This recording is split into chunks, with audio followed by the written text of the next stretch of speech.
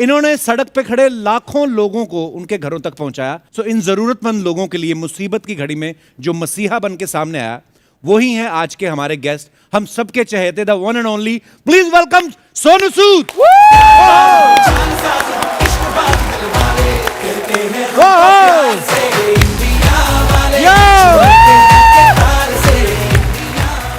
You're a real life hero for the whole country. Thank you. और actually लोग लिख रहे हैं एक ही फिल्मों में भले इन्होंने विलन के किरदार भी निभाए हों, लेकिन रियल लाइफ में जो हीरो बन के सामने आए, भाजी क्या बात है। थैंक यू बिल्कुल भाई। जब मैं लोगों को हम लोग छोड़ने जाते थे तो और मैं सबसे पूछता था कि आप वापस तो आओगे, तो आप देखेंगे जितने लोग थे वही बोलते थे कि सर कोई काम मिलेगा तो हम लोग ज़रूर वापस आएंगे, देखते हैं कुछ होएगा तो वापस आएंगे, नहीं तो वहीं कुछ करेंगे। तो इतने लोगों का ये सवाल था, मुझे लगा कि कैसे इनको किया जाए। हम लोग भेज तो रहे थे, फिर मैं खुद एक इंजीनियरिंग की बैकग्राउंड है, तो हम लोगों ने बैठ के उस पर कुछ मैंने काम करना शुरू किया कि ऐसा कुछ करें कि इन सबको जॉब्स भी मिले। फिर मैंने एक प्लेटफॉर्म बनाना शुरू किया जिसका नाम था प्रवासी रोजगार, और ताकि इन सब लोगों को जॉब मिले। क्या बात।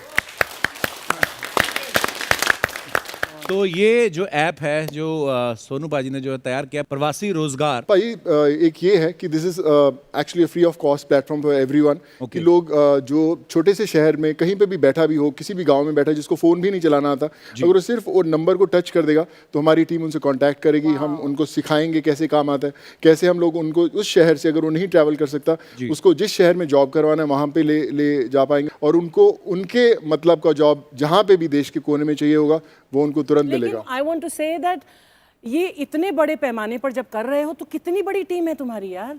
मेरे ना दोस्त हम लोग जुड़ने शुरू किए। मैं खुद क्योंकि इंजीनियरिंग बैकग्राउंड का हूँ, तो मैंने आईटी के मेरे दोस्त पकड़े, मैंने स्पेशलाइज्ड लोग पकड़े, मैंने टाइप्स करने शुरू किए। और क्योंकि हम लोगों ने इतने लोगों को पहुँचा दिया था घर पर, तो जितने लोगों को मैंने अप्रोच किया, कॉर्पोरेट्स ऑलमोस्ट 500 हेड से उनको जब किया, so everyone was very keen कि हाँ हम लोग आपके साथ जुड़ के विल मेक श्योर कि आपने इनको ना सिर्फ घर पर पहुँचाया, लेकिन जब इनको काम की ज़रूरत मिली तो आपने इनको वापस उनके काम पर, अच्छे काम पर लगाया। जी। और मैंने भी जब ये देखा था सोनू पाजी को, पहले ट्विटर पे लोग इनको सब रिक्वेस्ट भेज रहे थे, जो लोग ज़रूरतमंद थे, जो अपने घरों में जाना चाहते थे, तो मुझे लगा कि यार ये अभी लॉकडाउन जो है 21 दिन का हुआ, इसके बाद शायद बढ़ सकता है, तो इसके बाद ख़त्म हो जाएगा सिलसिला, बिकॉज लोग अपने अपने घरों में पहुँच जाएंगे। लेकिन हमारी पॉपुलेशन भी इतनी है और इतने प्रवासी लोग हैं जो दूसरी स्टेट्स में जाके काम करते हैं। जैसे हम लोग खुद पंजाब से यहाँ मुंबई आए, और ये सिलसिला कब से शुरू हुआ और आज तक चल रहा है, और आगे भी चलते रहेगा टीम भाई। जो है वो खड़ी है कि हम लोग जरूरतमंद लोगों के लिए खड़े हैं। सो गॉड ब्लेस यू भाई, दुआएं निकलती हैं आप सबके लिए। अच्छा, लॉकडाउन में ना दो तरह के लोग सामने आएंगे अब जब पूरा खुलेगा, या तो पूरे कंप्लीट फिट या बेड़ाई गर्क क्योंकि और एक तीसरे तरफ के लोग भी हैं जिन्होंने पहले 2 महीने खाया, उसके बाद वापस से पेट अंदर भी किया।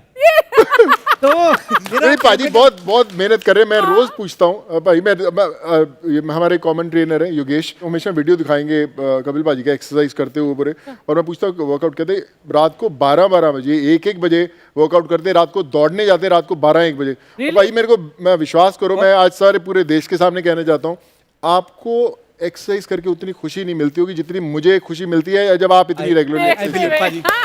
और वो क्यों, मैं ये बताता हूँ, मैंने लाइफ में 2 बार वेट कम किया अपना, और दोनों बार जब मुझे 2 फिल्में करनी पड़ी, मुझे मतलब ऐसा मैंने कभी सोचा नहीं कि ऐसे भी हो सकता है। पर पहली बार सोनू पाजी ने, जो योगेश की बात कर रहे हैं, वो इन्होंने मुझे गिफ्ट किया था कि ये बंदा है, ये तू मेरे को मत ट्रेन कराने आ, तू कपिल को करवा।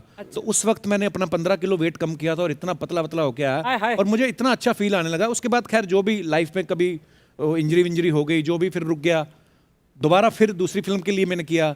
तो ये शुरुआत कराने वाले सोनू पाजी थे। तो ये बहुत अच्छे काम करते रहते हैं।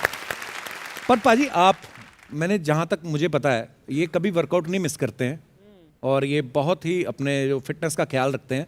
मुझे आज भी याद है, हैप्पी न्यू ईयर के कौन सी फिल्म में आपकी इंजरी हो गई थी दुबई में? जी हाँ जी, हैप्पी न्यू ईयर। हाँ, लेग पे इंजरी हुई थी शायद, कुछ स्टंट करते हुए। ये भाई साहब आए, फ्लाइट लेके वापस भेज दिया प्रोड्यूसर डायरेक्टर ने कि जाओ अभी आपका काम दोबारा शूट करेंगे जब आप ठीक होके आ जाओगे। क्रिकेट खेलते समय हो गई थी। हाँ, तो ये टूटी हुई टांग के साथ आए और जिम में चले गए, कहते ये वाली एक्सरसाइज नहीं कर सकते ना, ये वाली तो कर सकता हूं। तो ये जज्बा होता है अपर बॉडी। हाँ। पर लोग ना कई बार कुछ लोग तो वैसे ही मजे लेते हैं, नॉन सीरियस इतने होते हैं। मैंने खुद देखा पाजी के ट्विटर हैंडल पे एक बंदा लिख रहा था, पाजी मैं ना कॉलेज पैदल जा रहा हूँ, मुझे मोटरसाइकिल दिला दो। तो ऐसे लोगों को रिप्लाई करते हो आप जो ऐसे मतलब नॉन सीरियस कुछ भी लिख देते नहीं भाई, करते हैं बिल्कुल।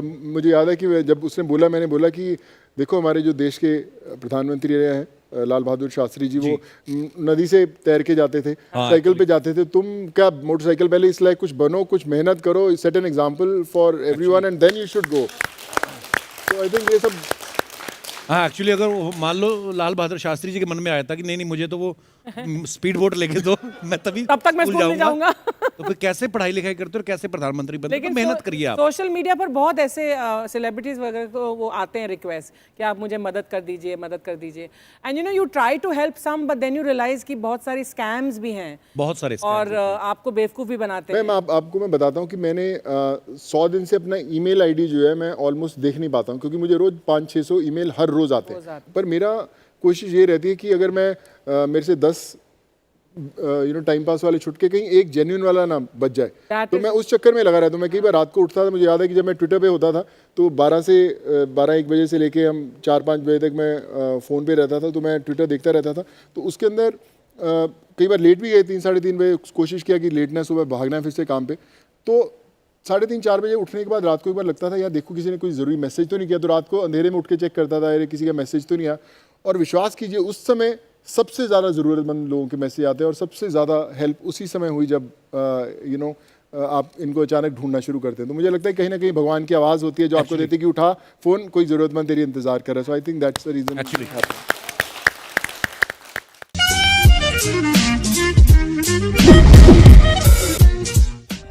For more updates, subscribe to our channel, click the show links and enjoy watching the videos.